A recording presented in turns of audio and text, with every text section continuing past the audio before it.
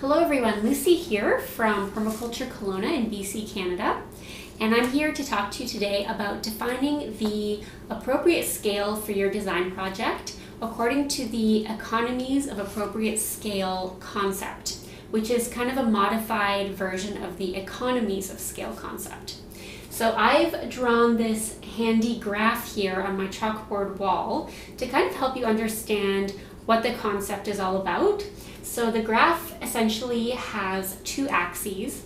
On the y-axis, there is the cost per unit produced, and that goes up this way. And then here on the y-axis, we have the amount of output produced, or the scale of your operation. So here it starts with small scale and moves towards large scale operations. So this graph gives you a visual representation of how the Economies of Appropriate Scale concept really works. So you can see with small scale initiatives, you have a high cost per unit of value produced at a relatively low rate of output. And then over here on the bottom of the U-shaped graph, you have a high output but low cost per unit produced. So these are your larger scale operations here. So this kind of illustrates how the cost of producing one unit of value or one item goes down as you scale up production. And that holds true until your project or your enterprise becomes so big and complex that the cost of producing one unit of value or one item actually starts to go back up again. And at this point, it becomes unsustainable to continue the operation over the long term.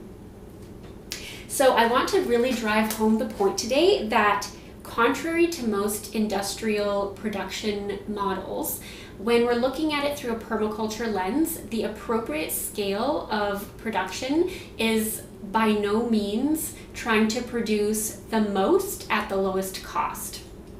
So for example, if your passion in life is to produce beautiful artisan handmade woodwork from a sustainably managed woodland on your property or a property nearby, then you would find yourself towards the left-hand side of the graph.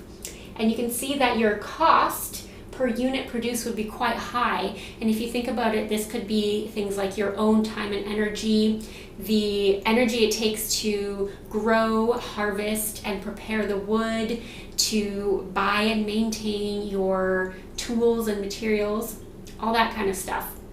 However, that could very well be an appropriate scale for you, especially if you have a low cost of living, or if you're well established in your community, and if you have a loyal customer base that values and can afford to pay for your products.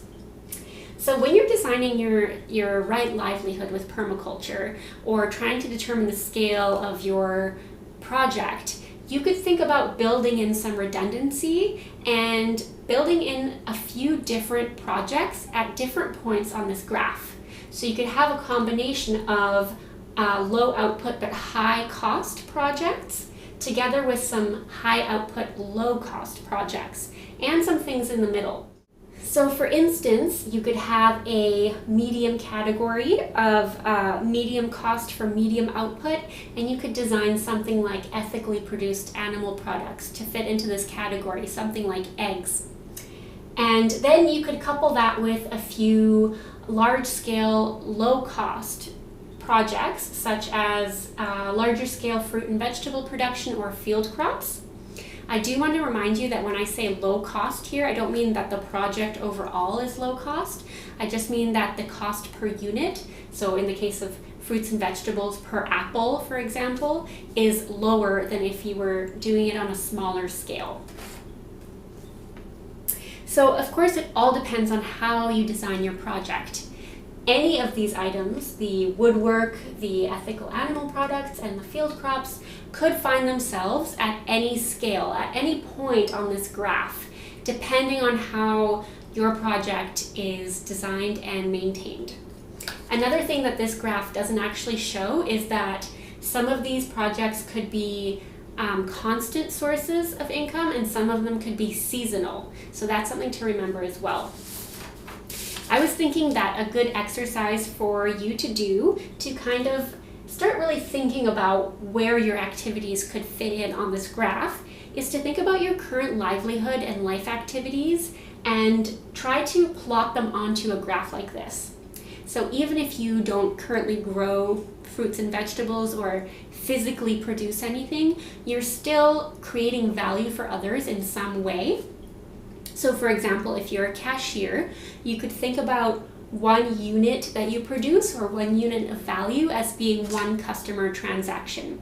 So say if it takes an average of 3 minutes to have one customer transaction and you have about 100 of those a day, you would probably find yourself somewhere along the middle point of the graph. So you're creating quite a high number of units of value at low cost to yourself. Alternatively, if you're something like a novelist where you write books, you might find yourself closer to the left side of the graph because it takes you months, potentially years, to finish one unit of value or one book. And that could very well be sustainable for you. If you're something like a new business or a new parent, you might actually find yourself further towards the right side of the graph because there are certain points in life where you're expected to produce a high volume of output and it's at a high cost to yourself. However, this can still be appropriate, especially if it's on a shorter scale or for a given point, a finite period in our lives. And I think, starting a new business and parenthood are two of those times where you can't really keep up, but it's still worth it. You could even simplify it way down and try to think about something like meal prep. So for example, potentially you have the means and the energy to cook each one of your meals from scratch, and that's something that you enjoy doing. You enjoy putting in that time and energy to do it. On the other hand, you might be planning all of your meals for a whole week and doing meal prep so that you can actually save a lot of money, time, and energy and still have healthy home-cooked meals.